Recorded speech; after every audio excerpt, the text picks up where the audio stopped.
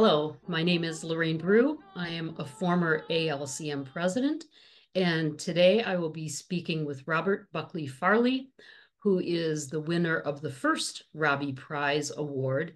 And I'm Bob Buckley Farlee, also a former ALCM president, retired cantor in Minneapolis.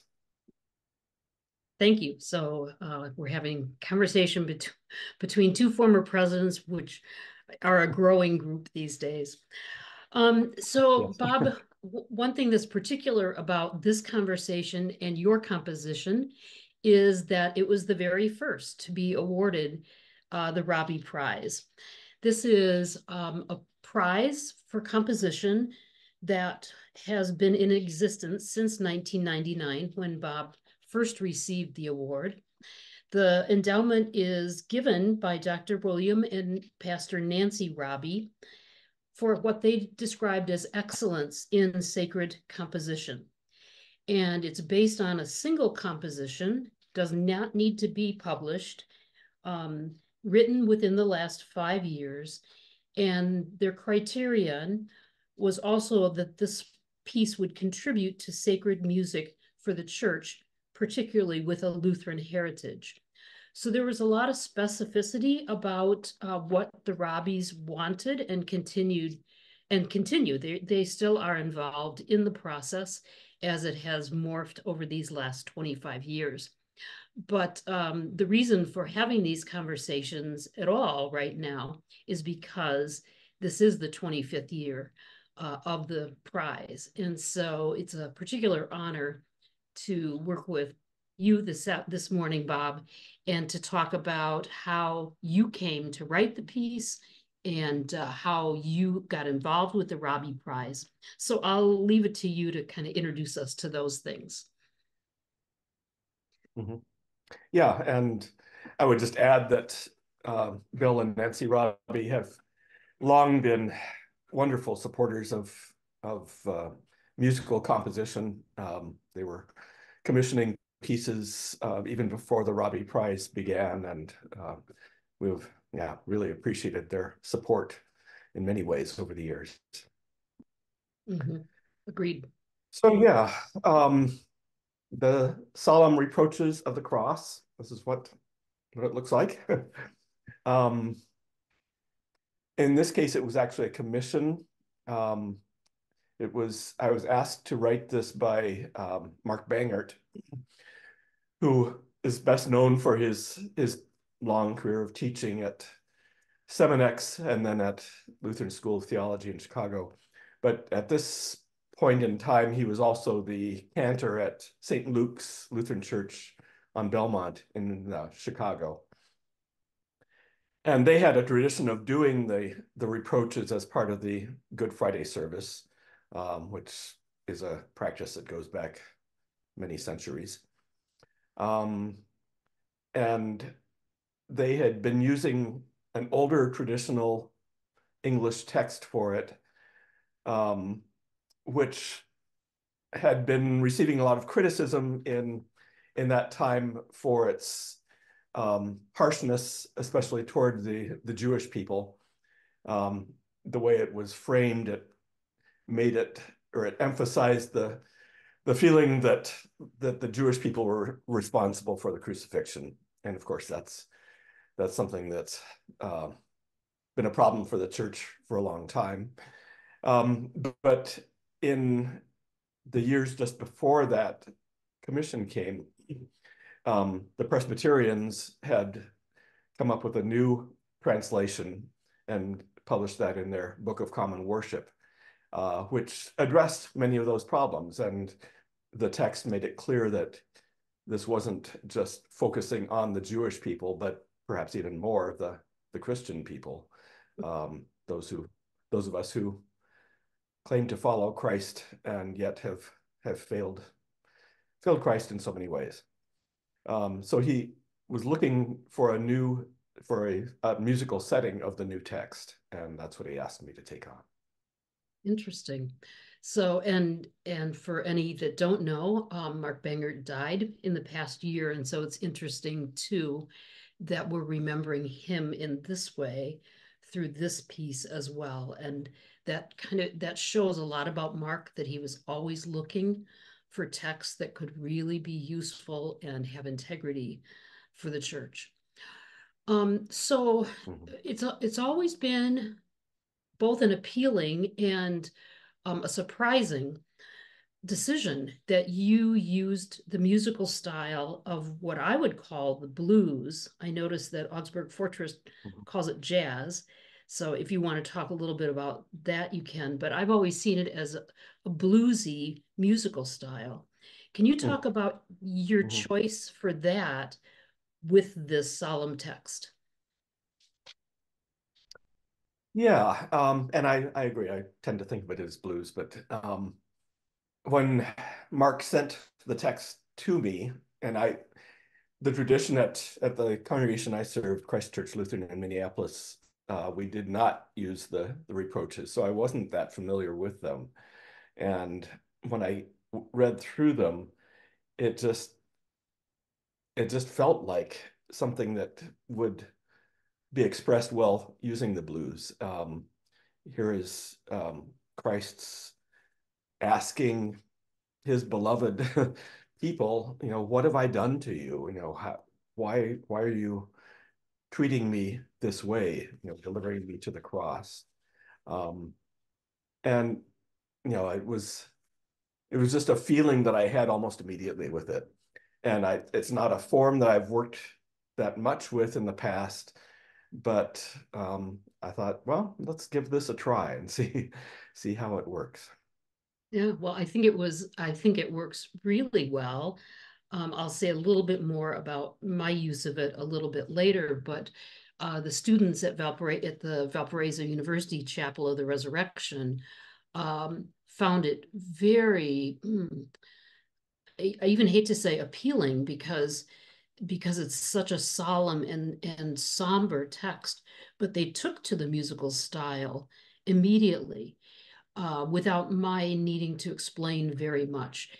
And then it became very dear to them. We did it several times on Good Friday. So I'll say just a little bit more about that later. Can you talk about how you perceive the difficulty level? And you mentioned both your own parish and Mark Bangert's parish that used it. What do you expect of a parish to be, or group to be able to do?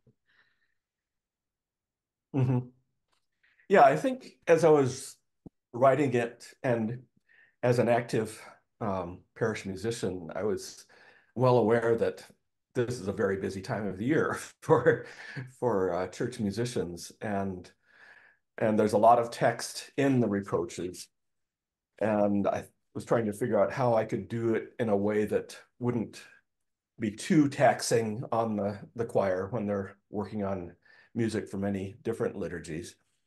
And the way the text is set up, there's Jesus' own laments, and then there's a traditional response, which is the Trisagion, Holy God, Holy and Mighty, Holy Immortal One, have mercy on us.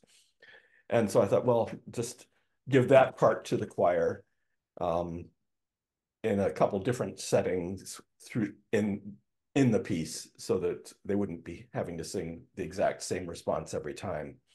And then give the part to a solo voice, which also seemed to make sense since it's addressed by just one person, Jesus Christ. So that's the more of the burden of learning the music would fall on that soloist as well as the accompanist. Right. So when I was rehearsing it, we spent very little time in choral rehearsal working on the piece, but the soloists had to be fairly accomplished to be able to both well, sing the part and learn the part, but also have some sense of the drama of the text. Did you find that to be the case as well? I did, yeah. I think the first time I did it at Christ Church, Susan Palo-Sherwin was the soloist. And for those who don't know, in addition to her wonderful hymn text, she was a wonderful soprano soloist. And so it was, and of course, understood the text and where it was coming from very well. So that was a wonderful experience. But yeah, I've found that it works well with either a male or female soloist. And yeah, they do need to spend some time with it, as you said, just to a sense for the music and also for the deep deep feeling of the text itself. Right, which pairs so well with the blues as music that there's this depth of feeling that the music is trying to express.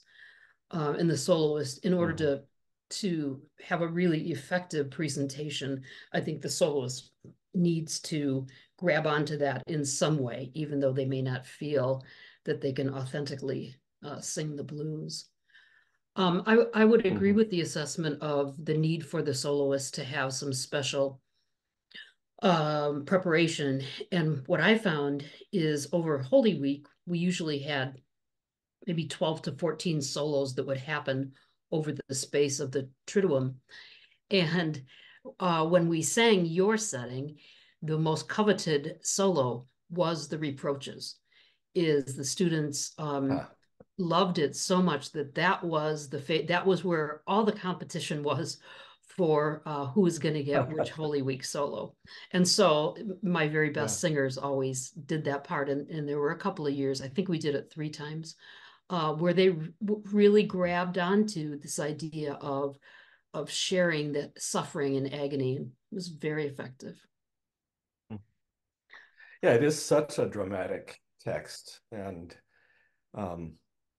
it's highly emotional. You know, it feels like Christ's angst is really very, very present there. Just saying, you know, I've done everything for you. You know, why are you doing this? You know, and yeah. Yeah, it's about as poignant as it gets. I'd like to turn just a little bit now, and you and I have both talked about places where it was received quite well. The chapel at Valpo, your parish, as well as Mark Bangert's parish. Do you have any sense beyond those places of places where it has been received well or not? Yeah, it's an odd thing about being a composer, a published composer, in that you don't usually learn when people are doing your works unless they tell you. And it's actually been at conferences of ALCM where I've most often learned about that. Someone will come up to me and say, I really love the Solemn Reproaches, and it's it's nice to know that they are being used. I think it's all I can go by other than that is that the piece is still in print, which is not always the case with choral pieces. So it must be doing well enough that's worthwhile for Augsburg Fortress to keep it in print. But yeah, just a few anecdotal things like that let me know that it's working for other people too. Right. Just as a clarification, while you wrote and received the prize in 1999 and had already written it before that, it was published by Augsburg Fortress, I believe, in 2001. Is that correct? That's right. Yeah. So the fact that it is still in print means that it's had 23 years in print, which is getting to be, for current church music compositions, is getting to be on the longer side. Isn't that right? It is. It is. Yeah. Yeah.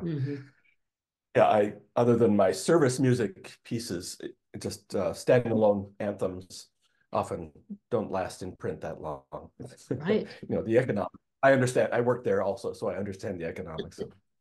Yeah, and they don't give you any special, long-term publishing right that it'll stay in print forever, do they? No, they don't. Okay. Did you have any expectation that the congregation might join in on the Trisagion?